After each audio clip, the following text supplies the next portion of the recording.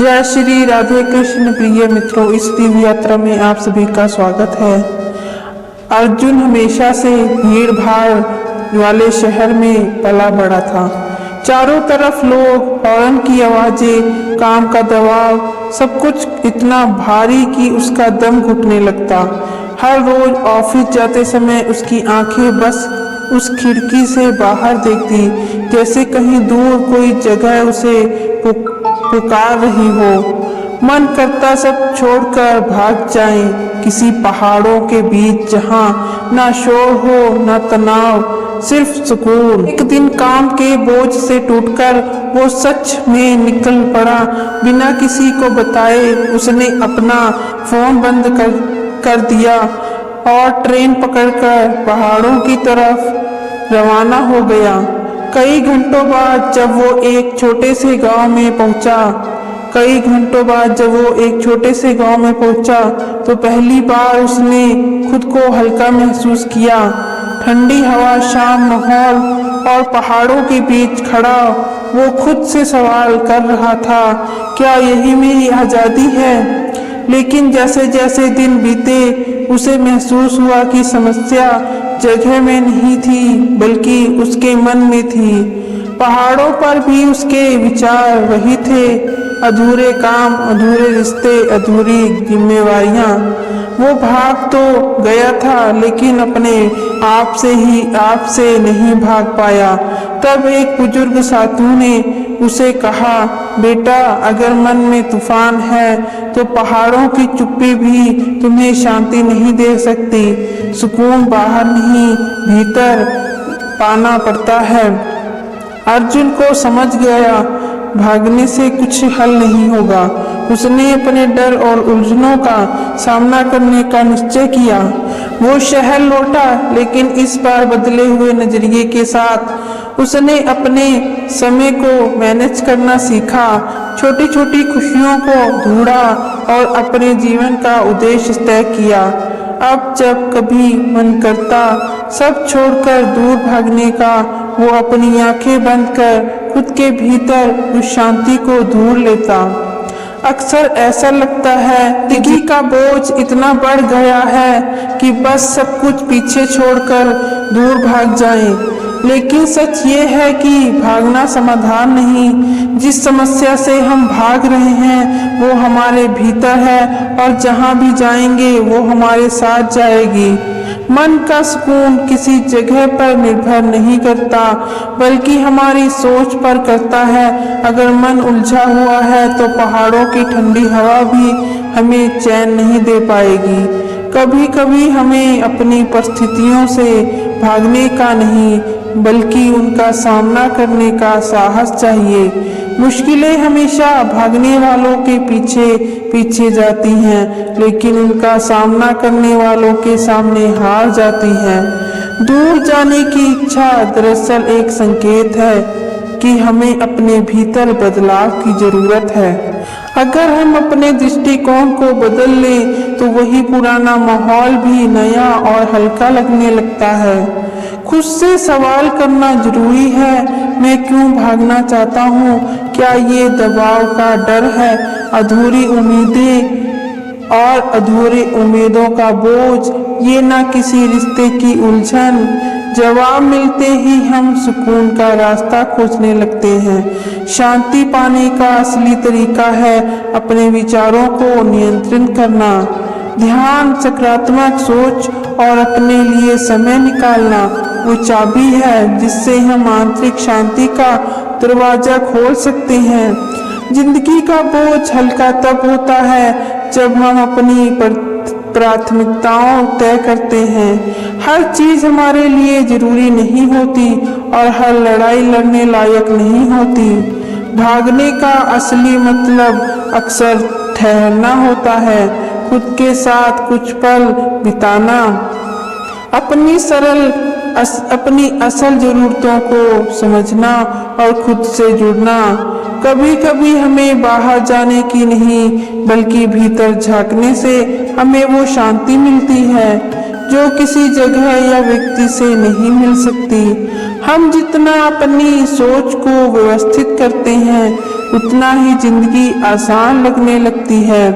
उलझनों को सुलझाने का पहला कदम है उन्हें स्वीकार करना, उनसे भागना नहीं। मन की अशांति अक्सर अपूर्णता से आती है। अधूरे काम, अधूरे रिश्ते और अधूरी उम्मीदें, इन्हें पूरा करने का साहस ही हमें भीतर से शांत करता है। जो लोग अपनी उलझनों से भागते रहते हैं वो कभी स्थायी शांति नहीं पा सकते। सच्ची ताकत उन लोगों में होती है जो हर परिस्थितियों का सामना मुस्कुराते हुए करते हैं। अगर हम सुकून चाहते हैं तो हमें अपनी प्राथमिकताओं को समझकर जीवन में संतुलन लाना होगा। यह संतुलन ही हमें भागने की बजाय ठहरने का साहस देता है। जब भी मन करे कि सब छोड़ दूर भाग जाएं, खुद से एक सवाल करें, क्या मैं अपने डर से भाग रहा हूँ या अपने सपनों की ओर बढ़ रहा हूँ? यही सही जवाब हमें सही दिशा दिखा देगा। अंत में असली शांति बाहर कहीं नहीं है, वो हमारे भीतर है। अगर हम अपने मन को जीत लें तो किसी भी जगह, किसी भी परिस्थिति में सुकून से जी सकते हैं। आरव हमेशा से एक दौड़ में जी रहा था। सुबह ऑफिस, रात को थक कर लौटना और फिर बीच में वो लाखों ख्याल जो उसका पीछा करते थे। कभी कभी खिड़की से आसमान की तरफ देखता तो लगता काश सब छोड़कर कहीं दूर निकल जाए, जहाँ कोई उसे न जाने, कोई न सवाल पूछे। ये इच्छा धीरे धीरे उसकी आदत बन गई। हर हफ्ते वो खुद से कहता, बस एक दिन सब छोड़ दूंगा और निकल जाऊंगा। लेकिन अगले ही पल जिम्मेदारियों का बोझ उसे रोक देता। एक शुक्रवार की शाम जब उसका दिमाग काम और तनाव से भर गया था, उसने अचानक बैग पैक किया और ट्रेन पकड़ ली। बिना किसी मंजिल के वे निकल पड़ा, सिर्फ खुद से दूर जाने के लिए। पहाड़ों में पहुंचकर उसे लगा जैसे कोई बोझ उतर गया हो। ठंडी हवा, शांति और हरियाली में उसने पहली बार गहरी सांस ली। लेकिन अजीब था कि उसके भीतर अब कोई तूफान नहीं था।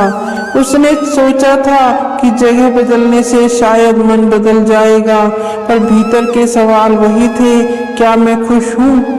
गांव के किनारे उसे एक साधु मिले जो छोटी सी झोपड़ी में रहते थे। आरव ने उनसे पूछा, क्या यहाँ शांति मिलेगी? साधु मुस्कुराए और बोले, शांति कोई जगह नहीं है बेटा, ये तो एक अवस्था है। अगर मन शांत है तो भीड़ में भी चैन मिलेगा, और अगर मन अशांत है तो पहाड़ों पर भी बेचैनी होगी। यह सुनकर आरव कुछ पल के लिए चुप रह गया। उसे एहसास हुआ कि वो अपने डर, अधूरी उम्मीदें और बोझ से भाग रहा था, ना कि सुकून की तलाश में। उसने कहीं रुकने का फैसला किया और साधु के साथ समय बिताने लगा। उनसे ध्यान करना सीखा और अपने विचारों को देखना सीखा।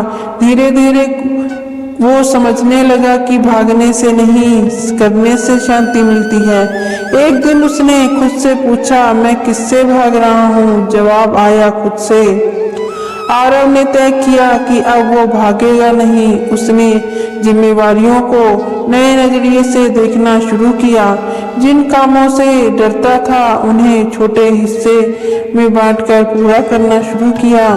शहर लौटने पर उसने महसूस किया कि वह पुराना माहौल अब अलग लग रहा है।